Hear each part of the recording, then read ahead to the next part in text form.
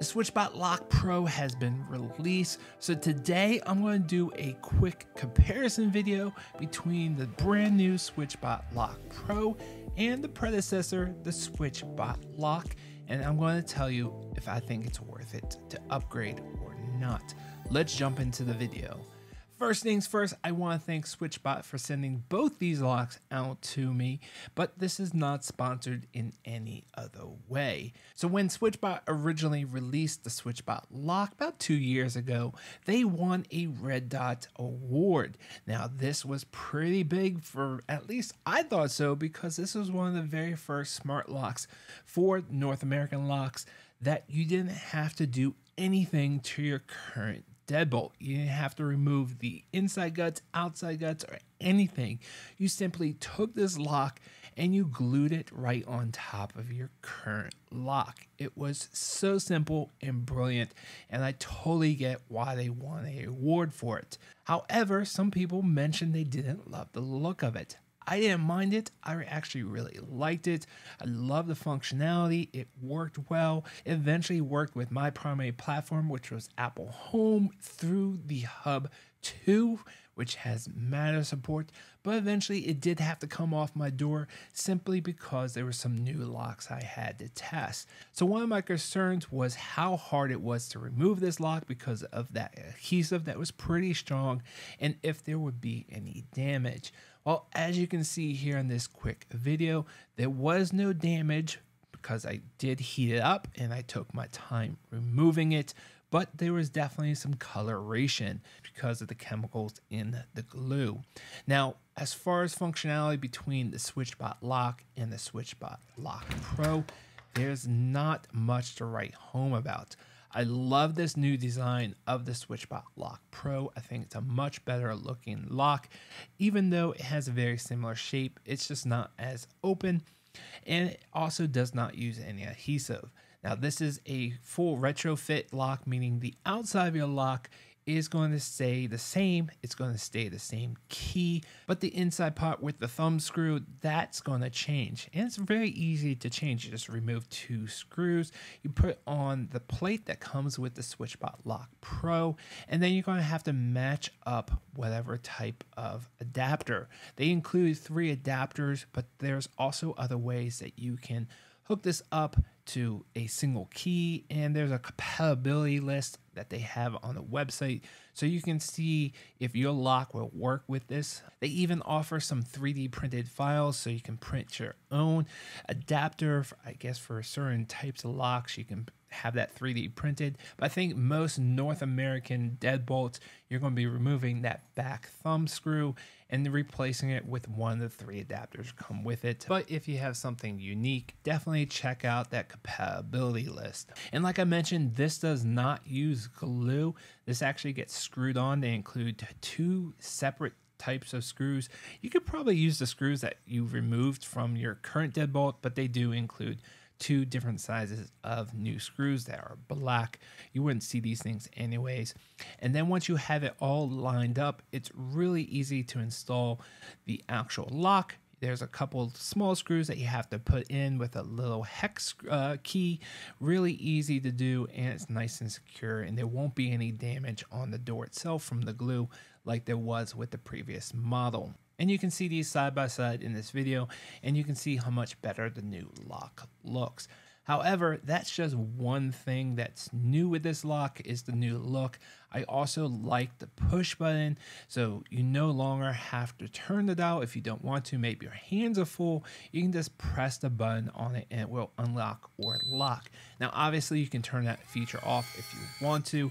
I don't mind it on, and I kind of like it, even though it's probably not as fast as turning it myself, but hey, it's still pretty cool. And it does use a little bit more battery because you're having the motor turn it instead of your actual physically turning it. And as far as battery life goes, in the original lock, it lasts about 6 months. That's with the 123A batteries.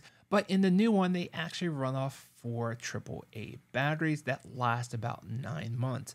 Obviously, I haven't had it that long. I can say that in the previous model, I definitely got 6 months, but I have not had the Pro version long enough to let you know if that's actually what I get. Now, another option that you can purchase separately with the Lock Pro is rechargeable battery packs. Now they have an AB battery pack, which is really cool. And when you have both these in there, it can last up to a year. And they are AB because you can remove one and charge the other, so you don't have any downtime.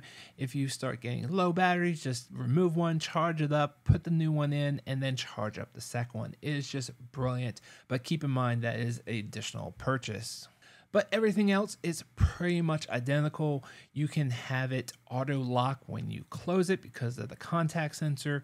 You can have it lock after 1 minute or predetermined time, and you can also get a notification if you happen to leave the door open or unlock. However, that contact sensor is not exposed to smart home platforms like Apple Home or Alexa or Google Home. It is only exposed to the SwitchBot app. All right, I'm going to stop the video here for a special announcement. Well, the announcement is actually a giveaway. So SwitchBot accidentally sent me out 2 locks, so we're going to be giving away to people watching this video. It's going to be unannounced, so if you guys are watching this in the middle of a video and you find it, congrats. You can definitely get an entry. You're going to get the SwitchBot Lock Pro. You're going to get the SwitchBot keypad with the fingerprint, and you're going to get the new mini hub with Matter support. So 3 things.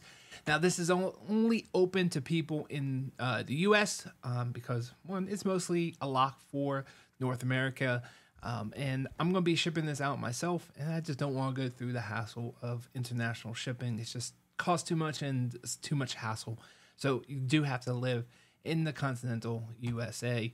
All you need to do to enter is go over to my secondary channel, Modern Day Reviews. Subscribe to that channel if you like the content, and then come back to this video and then comment on this video.